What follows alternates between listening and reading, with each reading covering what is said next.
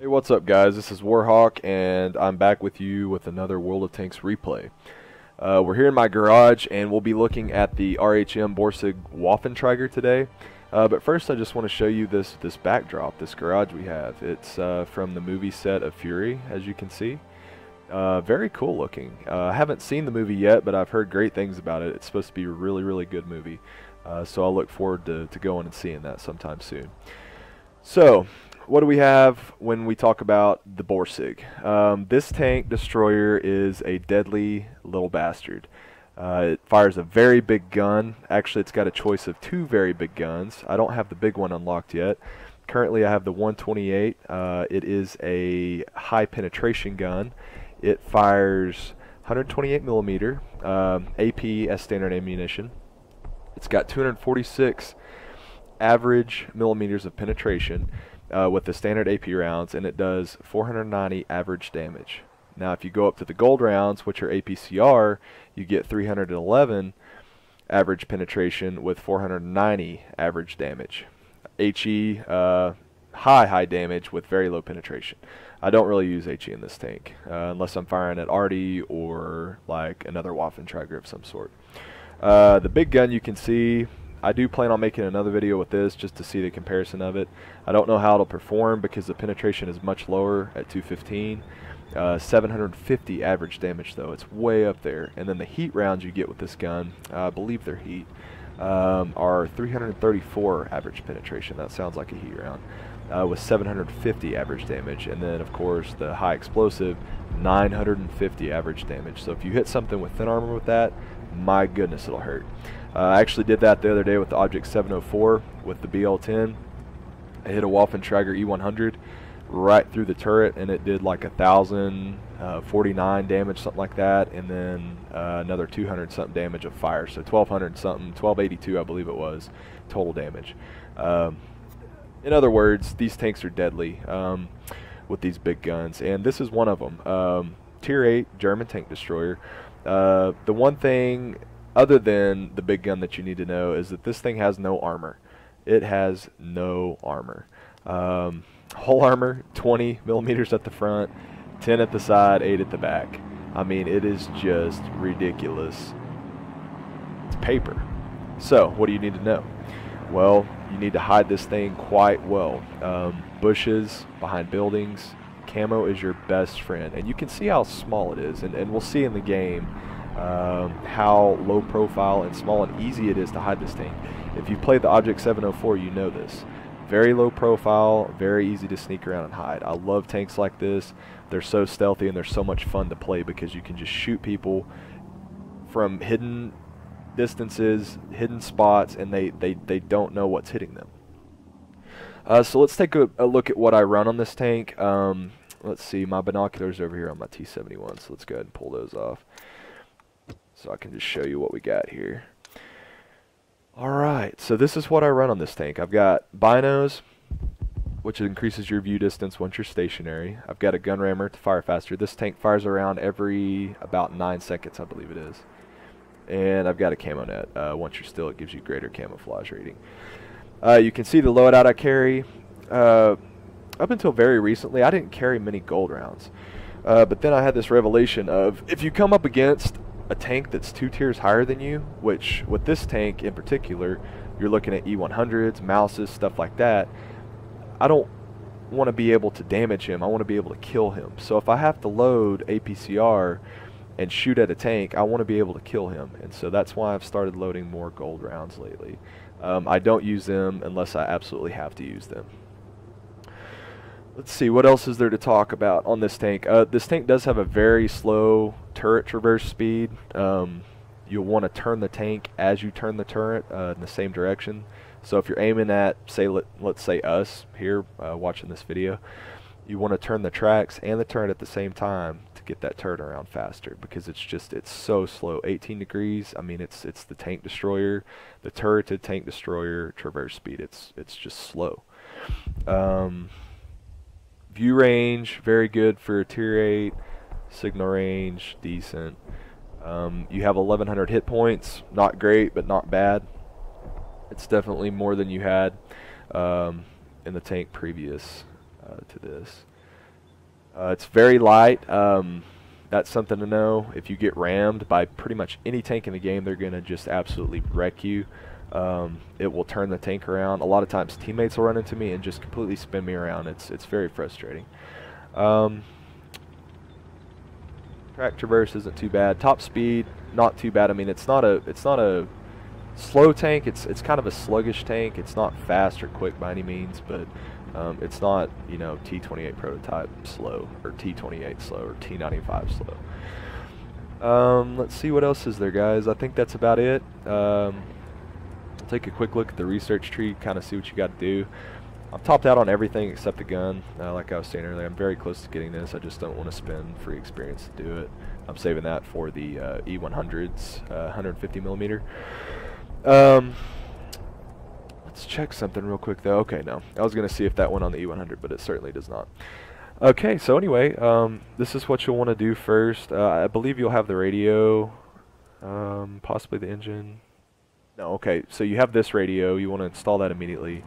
And then go for the engine, and then I believe the tracks are next, and then throw that radio on whenever you can, because I think it passes over, yeah.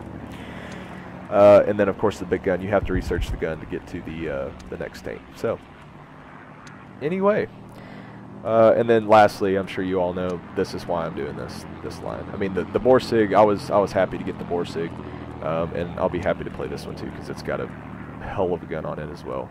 But this is the main reason. No, we all want these. Okay, so anyway, without further ado, let's go ahead and pull up the gameplay and see what this thing's capable of. Okay guys, so here we are with the gameplay. We've got a match on Himmelsdorf, and it's a tier 8 match, so we're top tier, but there's a lot of 8s, more than half on each team. Well, really, their team got gypped a little bit by 1 or 2. But it's a pretty even match. You can see XVM tells us that we have a 55% chance to win.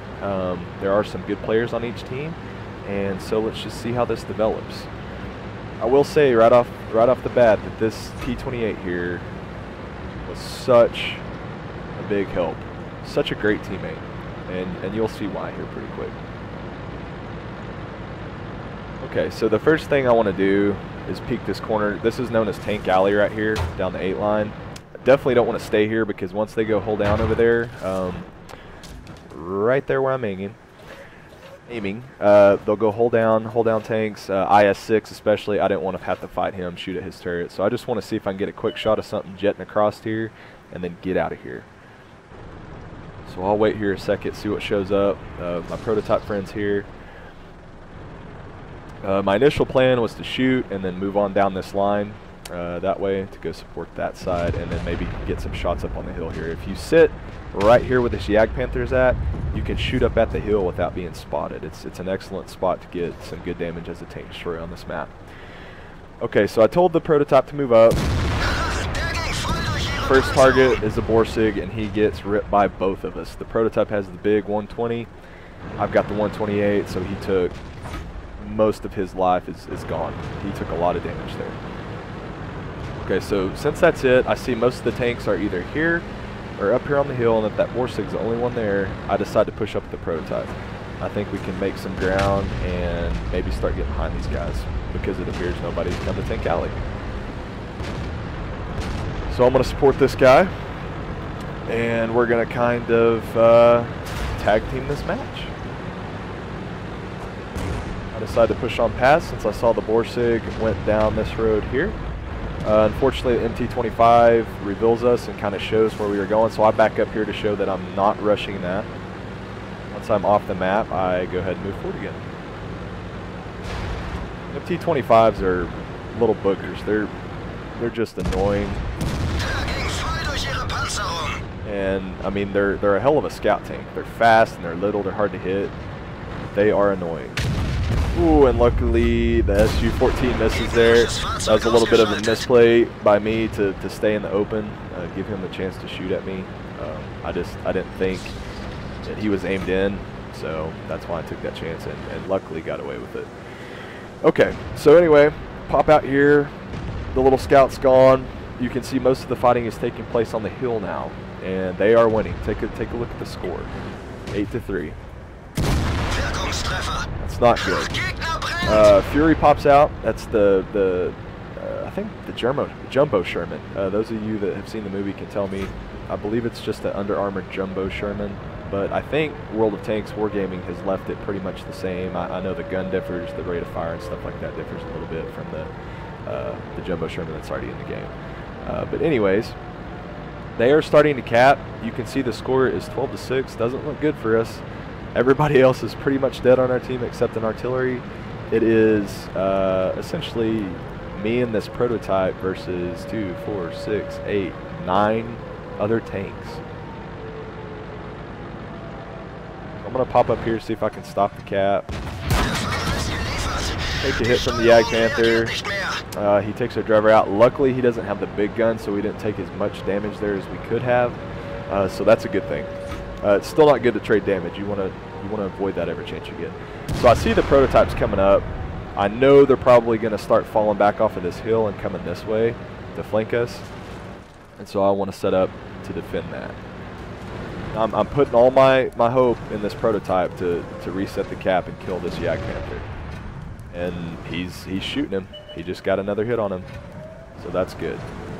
First target's an M44. He's running down to try to help. I don't think he expected me to be there, so that's a good first kill for us. Kind of indecisive here. I want to help the prototype, but I know I have to watch our backs. So I'm going to let him handle that. Second target, good thing we shot him before he shot us. It looked like he had the BL-10. That wouldn't have been good. He could have one-shotted us. So it's good to take him out. Now we've got an M6 coming up. Very talented player. Very commendable. We don't want to give him easy shots. He misses his first one and very wisely ducks down that alley. T-71 rushes. I turn around, try to save my buddy, put him out of his misery, effectively saving the prototype for more damage. He's got a T-69 he's got to worry about. I'm going to roll up, try to help him with that as well. And we take the T-69 out as well. And we can see somebody else has driven through the cap, so somebody else is heading towards the prototype. I still want to watch his back. M6 is back, puts a good shot into me, takes good cover. But with the high penetration of this gun and the damage it does, I can put one straight through his turret. He's coming around, he knows that he's going to beat my reload. It's another shot through my turret ring. Or through my turret shield, rather. Let's see where that went in. Well, it's not showing up, but basically he put one right through here. Maybe that's it, I'm not sure.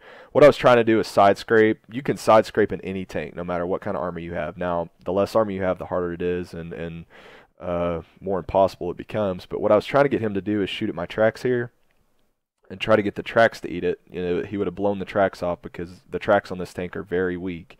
But I was trying to get him to shoot there. That way I would absorb the damage and could have killed him without taking more damage. But unfortunately, he's got us down to under 300 health. But we did take him out. And now you can see it's 3-2. Very manageable. The prototype is effectively holding off the IS-6. He gets the kill on him. He's very low health as well. And we still have two very commendable players in very dangerous tanks. We're facing the same tanks that we have. Although now they are one Borsig short because our prototype made quick work of him. Good job again of this prototype. Very well played on his part.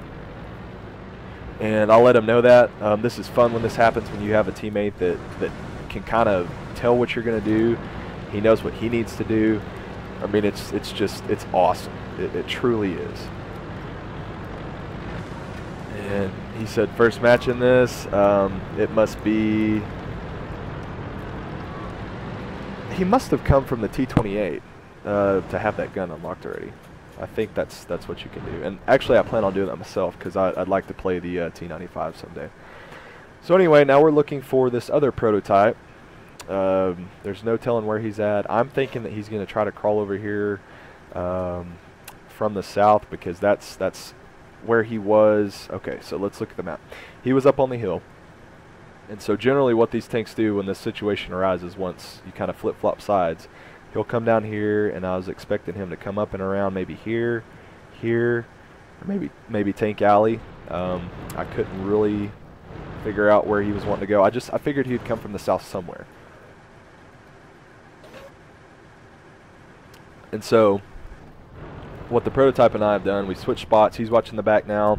I'm watching the front. I'm trying to decide where this guy's at.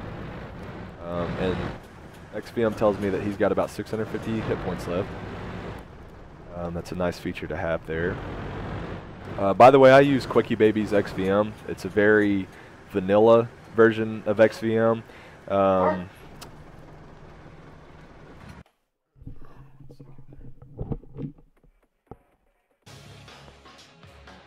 Okay, sorry about that, guys. FedEx guy just came to my door. I had to go answer that real quick.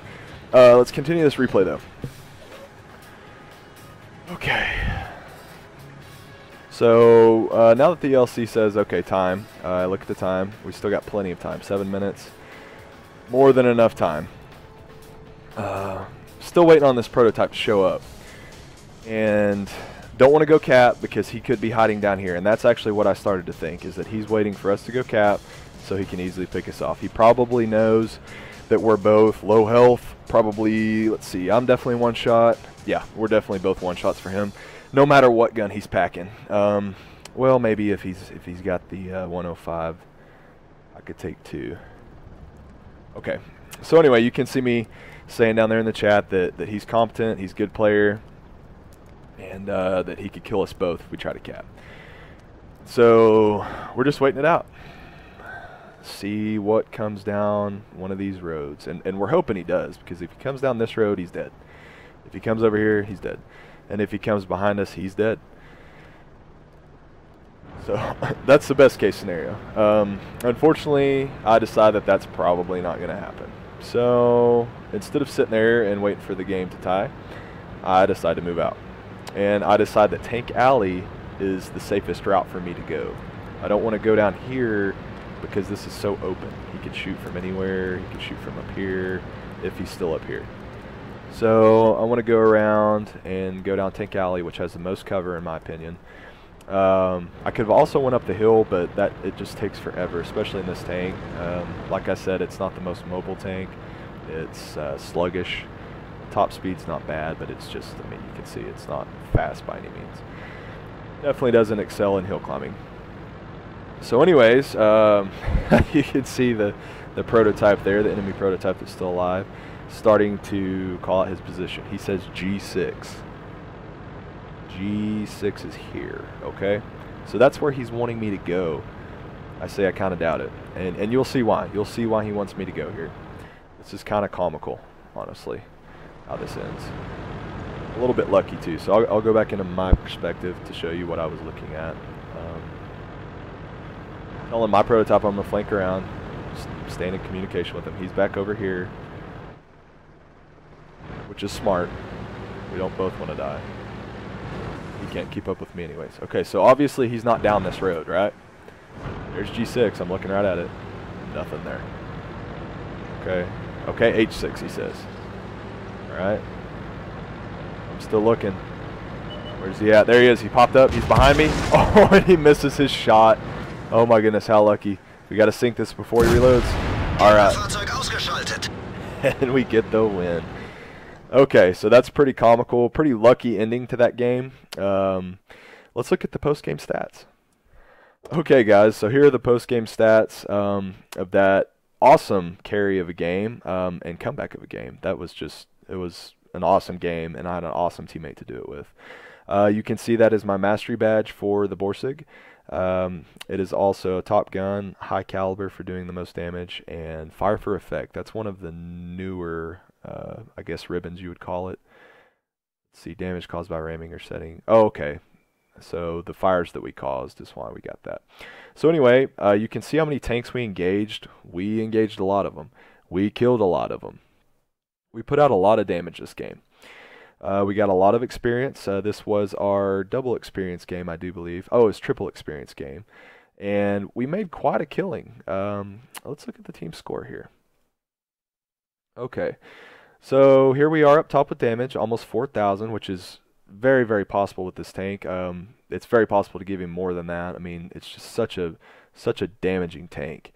You can see a prototype buddies right here underneath it. Again, shout out to Colt Rayford. You, sir, an excellent teammate, and the teammate I wish everybody in World of Tanks was. The rest of the team didn't fare so well. Most of them under 1,000 damage, only one up over 1,000, and just barely. Their team did pretty well. That ISU went up top, did a good job. Damaged a lot of tanks. IS-6 as well. T-69, good game. These guys played fairly decent as well. This M6, we faced him. He was a good player. Knew what he was doing. If he was in a better tank, it would have been a lot different for him too, I think. Let's look at the detailed report here to see what we cashed out with. 31.5, not bad. This is a premium account. I had some kind of bonus or something. I usually don't play with premium unless I've got one of the missions completed or a perk or something like that. It does make a difference though. So I mean, if you've got the money, if that's something you want to do, it definitely makes a difference on the coin you get and also the experience. You can see I got nearly 2,000 more experience for it. So we fired 12 shots. We hit all 12 of them. That last shot on the prototype was a bit rushed, but like I said, I didn't want to give him time to reload and potentially kill us. Did almost 4,000 damage. We received 3 hits. Pretty much every hit you receive in this tank is going to penetrate. It's going to damage you, and if the players know what they're doing, they're going to fire high explosive at you and do a lot of damage to you, as well as a lot of crew and module damage. Let's see, we spotted 2 enemy vehicles. We damaged 11 vehicles. That's 11 out of the 15. That is awesome. We destroyed 7 of those, and we had some defense points for shooting that Jagdpanther 2 that was trying to cap there. Okay, I believe that's it, guys. The Borsig is a wonderful tank. I hope the replay and the short review informed you of it. If you don't have it, hopefully it encouraged you to get it. And if you're not interested in getting it, hopefully I've shared with you how to destroy it. It's pretty simple. Just shoot at it. It's easy to destroy. You definitely don't want to get in a long-range battle with it, though, especially when you can't see it. So anyway, guys, thanks for watching. Thanks for tuning in. We'll catch you on the next one. I don't know what's coming up next. Maybe another tank review. I've got another E4 video that's really good. Basically one that I was left down to myself and had to defend. So we'll take a look at that maybe next. Anyways, y'all have a great day, and I'll catch you on the next one.